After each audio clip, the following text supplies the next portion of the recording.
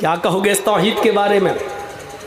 हिंदू धर्म के बारे में तो पूछो नहीं, उसके लिए तो हम जुआ तक खेलने को तैयार हैं। डॉक्टर जाकिर नाइक भारत से मलेशिया चले गए, लेकिन जर्जीश तो यहीं रहता है। योगी को और मोदी को ललकारता भी है, जेलों में भी जाता है, जेल को ससुराल भी अब समझने लगा है। सब कुछ होने के बावजूद आज तक कोई आदमी मुझे अपने मंत्रों के बारे में ये नहीं बता सका। हाँ, इतना जरूर है कि मेरे ऊपर किसी हिंदू भाई ने आज तक केस नहीं किया है। मेरे ऊपर जितने भी केस हुए हैं वो हमारे अपने ही लोगों ने किए हैं। हमारे ही लोगों ने भड़का भड़का कर लोगों को केस हमारे ऊपर करवाए हैं, और ये कोई नई चीज नहीं है, ये होता चला आया है। इस घर को आग लग गई घर के चिराग से। मेरे भाइयों, घर में आग बाहर की आग से नहीं लगती है, घर में कोई चिराग जलता है तभी आग लगती है। इस घर को भी आग लगी तो घर के चिराग से ही लगी।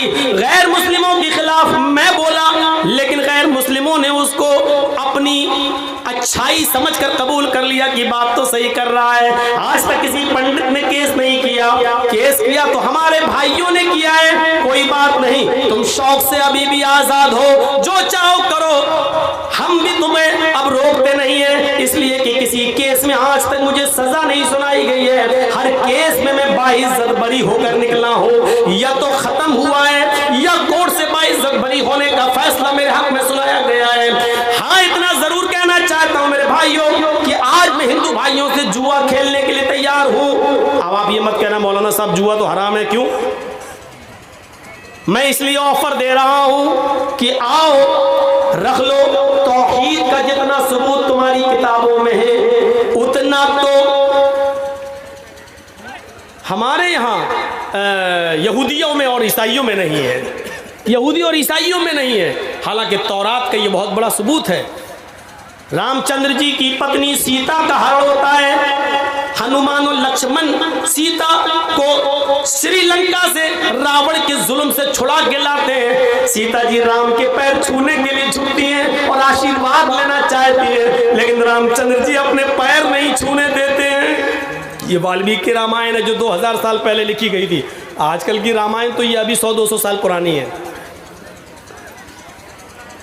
उसमें राम को भगवान ही नहीं माना गया। जो वाल्मीकि जी की रामायण है, असली रामायण वो है, उसमें राम को भगवान ही नहीं माना गया और राम को भारत में पैदा भी नहीं माना गया। उसमें साफ लिखा है रामचंद्र जी ने अपनी पत्नी सीता को पैर नहीं छूने दिए, उठा लिया और सीता को ललकारते हुए कहा, ये क्या पाप कर रही हो? कहा नहीं, मैं आपको प्रणाम कर रही हूँ, आपको पैर छू रही हूँ। रामचंद्र जी ने कहा, राम रामाय नमः, राम रामाय सत्यमस्तु। हाय सीता, मैं तेरा राम हूँ, लेकिन तेरे राम का राम है ऊपर वाला। है सीता, मैं तेरा राम हूँ, लेकिन तेरे राम का राम तो ऊपर वाला है। है सीता, तू अपने राम को प्रणाम मत कर, बल्कि उस राम के सामने झुक जो तेरे राम का राम है, उस राम को प्रणाम कर जो तेरे राम का राम है। यही तो कहा गया है, योगी उज्जीत सतत महात्मानम रहस्य स्थित एकाकी अच्युताति मन निराशीर परिग्रह। श्रीमद् भागवत गीता अध्याय 6 मंत्र नंबर 10। योगी यूपी वाला नहीं, ये योगी नहीं है, ये ढोंगी है, फर्क समझिएगा। योगी कहा गया है, ढोंगी नहीं कहा गया। जब ढोंगी कहा जाए तो इसको समझना। योगी उज्जीत सतत महात्मानम रहस्य स्थित। जब ईश्वर की पूजा करने जाओ तो योगी बन जाओ, यानी पूरे शरीर की एक्सरसाइज, पूरे शरीर की एक्सरसाइज हो जाए, पूरे शरीर को झुका लो। पूरे शरीर की एक्सरसाइज सिर्फ नमाज में होती है, किसी इबादत में नहीं होती। आप देख लीजिए, मंदिर में जाइए, हिंदू लोग क्या करते हैं, ओ बस पूरे शरीर की एक्सरसाइज नहीं है। अब तो ये भी नहीं हो रहा है, मोटरसाइकिल पे जा रहा है आप, सामने हनुमान जी की मूर्ति, 2.5-10 किलो की खोपड़ी बढ़ गया। अब तो कोई उतरकर हाथ भी जोड़ना गवारा नहीं कर रहा है। हिंदू भाई अगर हो तो बुरा ना माने, ये रियलिटी है, ये सच्चाई है, वास्तविकता है। मोटरसाइकिल पे जा रहे हूँ, नई बीवी बैठी हुई है, हनुमान की आगे बढ़ गया, ना कोई वुजू, ना कोई हाथ पैर धोना, ना कुछ नहीं, बढ़ गया। ये रियलिटी है। मोटरसाइकिल भी नई है, उतरना भी नहीं चाह रहा, और नई है भी इसलिए कि वो भिख मंगनी है। भिख मंगनी गाड़ी समझते हो ना? अरे जो लड़की के बाप ने अपने दामाद को इंटरनेशनल भिखारी समझ के खैरात में दी है, उसको मैं बोल रहा हूँ, उस बात को। जितने लोगों ने अपने ससुर से जो ली है मांग मांग के, जो मोटरसाइकिल है, ये सब इंटरनेशनल फकीर हैं, इंटरनेशनल भिखारी हैं ये लोग। और अब जो मांगेंगे वो और बड़े होंगे, क्योंकि जानने के बाद मांग रहे हैं। तो इंटरनेशनल भिखारी अपनी बीवी को बिठाया, जा रहा हूँ, लेकर 10 किलो खोपड़ी बढ़ गया। अब तो ये भी नहीं हो रहा है। पूरे शरीर की एक्सरसाइज सिर्फ नमाज में होती है। देखिए, अल्लाह अकबर, ये पॉजिटिव रेजेस दौड़ रहे हैं, पॉजिटिव। ये हाथ की एक्सरसाइज है। और ये देखिए, वैसे बहुत से लोग यहाँ भी नियत मानते हैं, हमें कोई एतराज़ नहीं। आजकल लोगों को मिलाने की बात करना चाहिए, तोड़ने की नहीं, जोड़ना। ये वक्त की ज़रूरत है। जो लोग यहाँ बांध रहे हैं वो बांध रहे हैं, हम लोग यहाँ बांधते हैं, बांध रहे हैं। अब यहाँ जो हाथ बांधे जाते हैं तो उसमें वज़न है, एक्सरसाइज है। आपने कभी तरावी पढ़ी होंगी, इमाम साहब जब देर तक किरत करते हैं, एक पारा उनको ख़त्म करना है 8 रकात तरावी में, तो आपको यालमुन तालमुन समझ में आएगा। बस गैरिल मग़ज़ूबि अलैहिम वलज़्ज़ालिन तक तो गाड़ी सही चलेगी। इसके बाद इमाम साहब हो जाएंगे राजधानी एक्सप्रेस। बिस्मिल्लाहिर्रहमानिर्रहीम, अलिफ लाम मीम, ज़ालिकल किताबु ला रैब फ़ीहि हुदल लिल-मुत्तक़ीन अल्लज़ीना युमिनूना बिल ग़ैब व युक़ीमूना अस्सलाता व मिम्मा रज़क़नाहुम युनफ़िक़ून।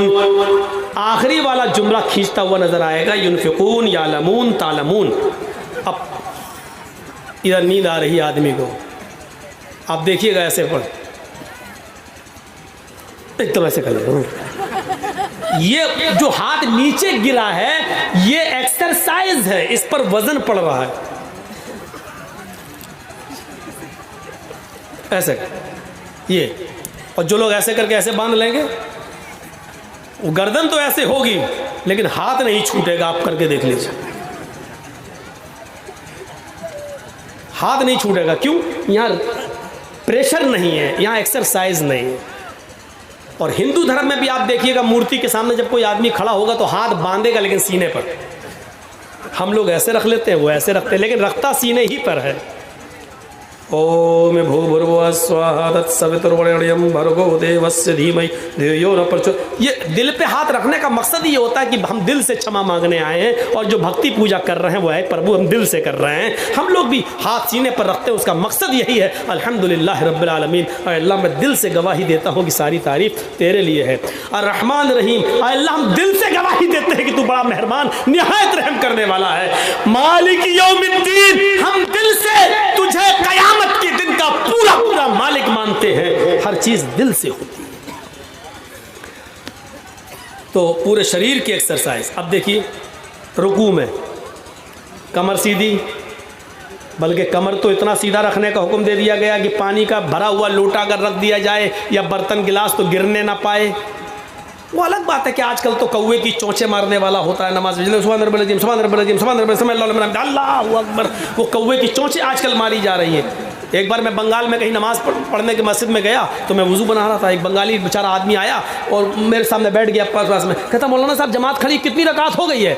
हम बोले 2 रकात हो गई है। 2 रकात हो गई? उसकी 2 मिल गई, हमारी वुज़ू बनाते हुए एक और छूट गई। अरे हमारी 3 चली गई, उसकी 2 मिल गई। जबकि वुज़ू बनाने बैठा था तो 2 निकल चुकी थी, 2 बाकी थी। इतनी जल्दी वुज़ू बना के गया कि वो दोनों पा गया। आजकल ये मजाक हो रहा है, मजाक। वो ऐसे करके जल्दी से गया, जल्दी से एकदम गया, वुज़ू बना के चल। अल्लाह के रसूल ने वुज़ू बनाने के लिए भी हुक्म दिया कि मा मिनकुम मिन अहदिन यतवज़्ज़उ फयुहसिनुल वुज़ू, तुम में से जब भी कोई आदमी वुज़ू बनाए तो अच्छी तरीके से वुज़ू बनाए, अच्छी तरीके से वुज़ू ये होता है दाहिने हाथ की उंगली बाएं हाथ में और बाएं हाथ की उंगली दाएं हाथ में, ये खलाल हो, ऐसे हाथ धुलना, ये हो, फिर ये, और फिर जब आप कुल्ला करें और नाक में पानी डालें तो एक ही चुल्लू पानी में एक ही चुल्लू पानी में आधा मुंह में ले जाएं और आधा नाक में, ऐसे आधा मुंह में और आधा नाक में। और जिस हदीस के अंदर 3 मरतबा कुल्ला और 3 मरतबा नाक में पानी डालने का जिक्र अलग अलग आया, वो हदीस ज़ईफ़ है, सनद के एतबार से वो हदीस कमज़ोर है। जिस हदीस में एक ही चुल्लू पानी में आधा मुंह में और आधा नाक में, और उसका तरीका ये होना चाहिए, ऐसे आधा हो गया। अब दाहिने हाथ की उंगलियों से दांत रगड़ो और बाएं हाथ का अंगूठा और ये उंगली नाक में डाल के ऐसे करो, और फिर इस अंगूठे से ये पकड़ो कस के। मैं नहीं करूँगा ज़ोर से, नहीं तो यहीं पर असली घी निकल जाएगा। सर्दियों का दिन वैसे ही है, ऐसे पकड़िए कस के, और फिर इसको ये दबाइए ऐसे, फिर ऐसे करके ऐसे झाड़िए, और फिर दूसरा पानी लेके फिर इसी तरीके से कुल्ला करिए, नाक में पानी डालिए, फिर ऐसे करिए। ये अच्छी तरीके से वुज़ू में ये चीज़ शामिल है। मैं समझता हूँ कि 95% आदमी सही वुज़ू नहीं बना रहा है। अल्लाह रब्बुल आलमीन हमें शरीयत के मुताबिक वुज़ू बनाकर नमाज पढ़ने की तौफीक अता फरमाए। तो मेरे भाइयों, बात आगे निकल गई। योग पूरे शरीर का योग, पूरे शरीर की एक्सरसाइज हो जाए। अब देखिए, रुकू में बिल्कुल पानी का बर्तन गिरना ना पाए, समय अल्लाहु लिमन हमीदा, फिर अल्लाहु अकबर कहकर सजदे में जाइए। आप जब सजदे में जाएंगे तो आप जब सजदे में सर रखेंगे तो ब्लड का सर्कुलेशन पैर में नसों के द्वारा आते आते आपके हार्ट और गर्दन से होते हुए पूरा ब्लड का सर्कुलेशन आपके दिमाग में पहुंच जाएगा। वो सर और वो आपका दिमाग जो 24 घंटे में आपके खड़ा रहने की वजह से ब्लड का सर्कुलेशन जो आपके दिमाग तक दिन भर में नहीं पहुंच पाता, वो 5 वक्त की नमाजों में आपके दिमाग तक पहुंच जाता है और आपकी दिमाग की सारी नसों को ताजगी बख्श देता है। डॉक्टर मोरिस बुकाय, अमेरिका का बहुत बड़ा डॉक्टर गुजरा है, उसने लिखा है कि अगर मुसलमान 5 वक्त की नमाज में वैसे सजदा कर ले जैसे किया जाता है, नबी ने बताया है, तो ऐसे आदमी को ब्रेन हेमरेज की बीमारी कभी नहीं हो सकती है, क्योंकि उसके दिमाग में खून पहुंचता रहता है सजदे की वजह से। कितनी बड़ी मेडिकल साइंस है नमाज के अंदर। अगर आप नमाज को उसके तरीके पर पढ़ना शुरू कर दें तो अल्लाह की कसम बाबा रामदेव की सिखाई हुई एक्सरसाइज की जरूरत ही नहीं पड़ेगी। बाबा रामदेव ने खुद एक जलसे में, एक अपने हिंदू महासभा में कहा था कि नमाज खुद एक एक्सरसाइज है और मुसलमान अगर इस नमाज को पढ़ ले तो ये पूरी एक एक्सरसाइज है। भाई, एक ज़रूरी ऐलान ये है कि मौलाना अजीज़ुर रहमान साहब जो ख़तीब थे, उनका फ़र्जंद गायब है, इसलिए ऐलान किया जाए ताकि स्टेज के करीब आ जाए। उनका बेटा गायब है, यहीं तो गायब हुआ है। हाँ, थोड़ा साफ कर दीजिए और बंगाली में भी करिए ताकि सबको, बांग्ला में भी बोलिए। मौलाना अजीजुर रहमान बुखारी साहब उनार একটা ছেলে হারিয়ে গেছে, ছেলের নাম হলো শফিউর রহমান। বাবা মৌলানা আজিজুর রহমানের ছেলে শফিউর রহমান হারিয়ে গেছে। যদি কেউ পেয়ে থাকে কিংবা কারো জানা থাকে তো স্কুলের কাছে নিয়ে আসবে। तो मेरे भाइयों, मैं अर्ज कर रहा था कि पूरे सर्कुलेशन दिमाग तक पहुंच जाता। कितनी बाबा रामदेव ने एक तकरीर में, भाषण में यही कहा था कि नमाज बेस्ट एक्सरसाइज है, बेस्ट एक्सरसाइज। तो नमाज पढ़िए, पूरे शरीर की एक्सरसाइज नमाज के अंदर होती है। योगी जी सतत महात्मानम रहस्य था, एक भी वक्त की मत छोड़िए वरना धर्म से हट जाओगे। अल्लाह के नबी ने भी यही कहा कि मन तरक सलात मुतअम्मिदन फकत कफर, एक वक्त की भी जानबूझकर छोड़ दी तो मजहब पर कायम नहीं रहोगे, कुफ्र किया उसने। सोचिए, एकाकी चित्तात्मा निराशीर परिग्रह, एक अल्लाह से मांगिए, कितना गफूर रहीम है वो।